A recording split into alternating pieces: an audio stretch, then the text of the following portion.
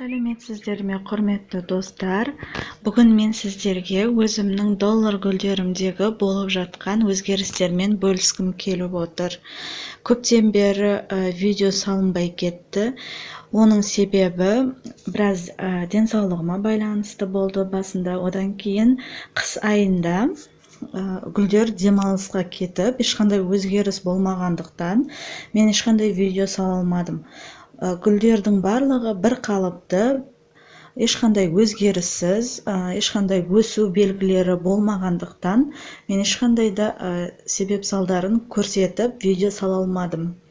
Енді міне ақпан айы басталғалы бері менің доллар гүлдерімдегі болып жатқан өзгерістермен бөлісіп сіздерге көрсеткім келіп отыр. Бірінші көрермендердің сұрауы бойынша мен гүлдерді жапырақтан көбейткен болатынмын.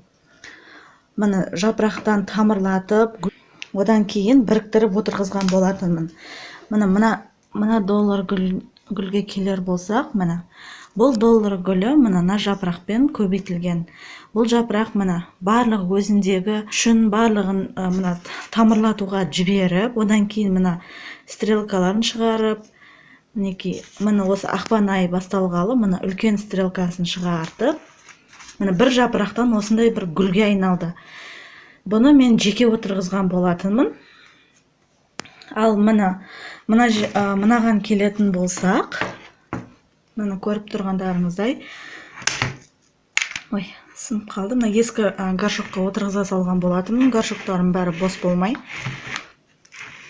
Бір горшокқа мен 4 жапырақтан шыққан гүлді отырғызған болатынмын. Осы ақпан айы басталғалы, сіздерге көрініп тұрса, стрелкаларын жіберіп, қазір бір стрелка сіздерге көрінікті болсын деп көрсетейін деп отырмын, анық көрінсін деп. Екінші стрелка көрініп тұрса, одан кейін үшінші стрелка. Мына жерде, мына бетінде тағы да кішкентай бір стрелка көрініп тұр, көрінсе мен 4-еу болды, мен 5-ші стрелка шығып жатыр. Өте жақсы, өте тез, жылдам өсіп жатыр десе де болады. Ал мынаған келсек, бұны жапырақпен емес, мен 2-3 жапырағын сабағымен бірге отырғызған болатынмын. Мына секілді.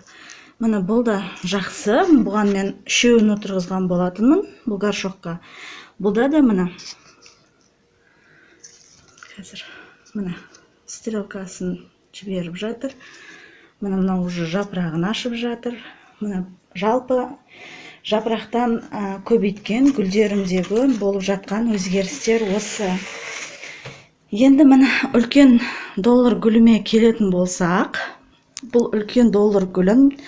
Менде доллар гүл туралы видео өте көп. Менің плейлистіме кіріп, содан таңдап көрсеңіздер болады, әртүрлі тақырыпта.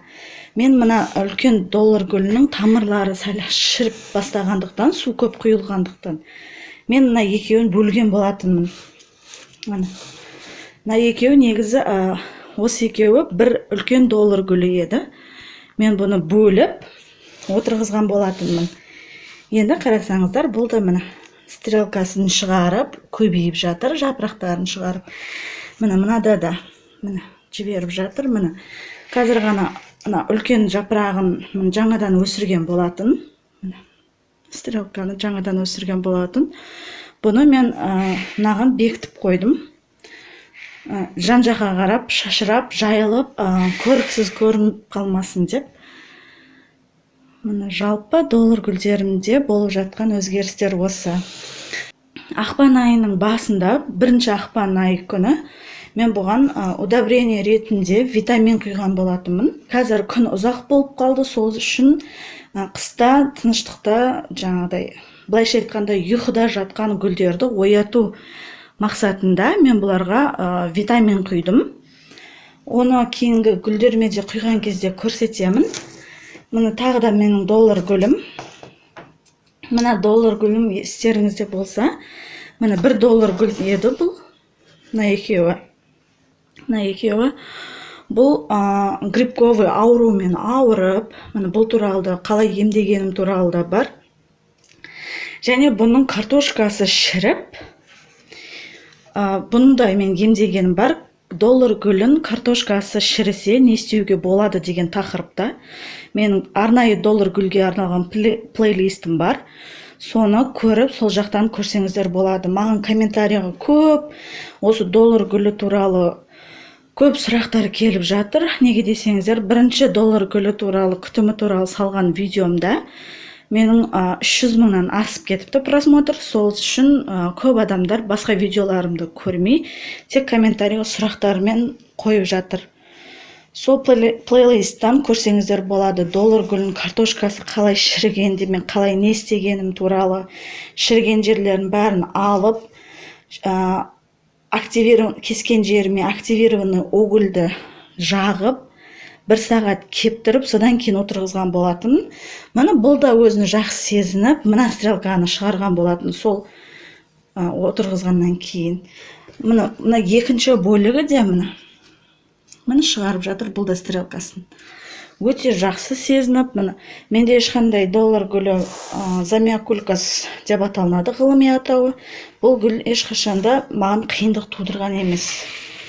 Енді мына гүлге келетін болсақ, мен бұны дәл мына сабағын, дәл осы сабағын мына үлкен гүлден сынып қалған болатын. Соны жай ғана топыраққа тыға салған едім. Бұдан міне стрелка шығып жатыр.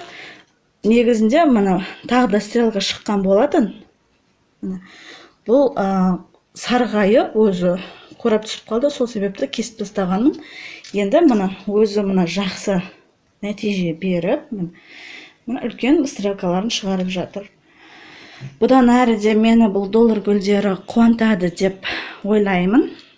Өтетін жайт, доллар гүліне суды сіз қалай құясыз деген сұрақ маған өте көп келеді. Сол себепті мен қалай құйғанымды көрсетіп өтейін деп отырмын. Мен баклажкаға 2-3 күн алдын су құйып, тұндырып қойғанмын. Колонкадан бірден алып құюға болмайды, ол өте хлорлы және өте қатты болуы мүмкін. Сол себепті тамырына зақым келеді. Мен айтып өттім, жаңа осы ақпан айының 1 күні бұны ояту үшін мен удобрение құйдым деп. Және бүгін мен удобрениесіз жай ғана су құйып көрсетпекшімін.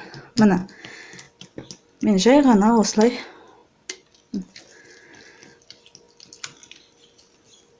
барлық шетінен айландырып, осылай құйып шығамын. Ешқандай да қиыншылығы жоқ. Сіздерге көрініп тұрса.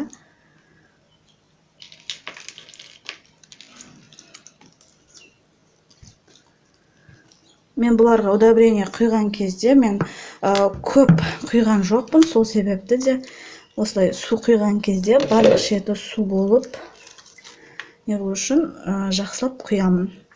Енді бұған мен 2 аптадай су құймаймын, топырағы толық кепкенге дейін су құймаймын. Егер видео ұнаса, лайк басыңыздар, және менің каналыма жазылуды ұмытпаңыздар. Сұрақтарыңыз болса, комментарийға төменге қалдырып кетсеңіздер де болады. Назарларыңызға рахмет, сау болыңыздар.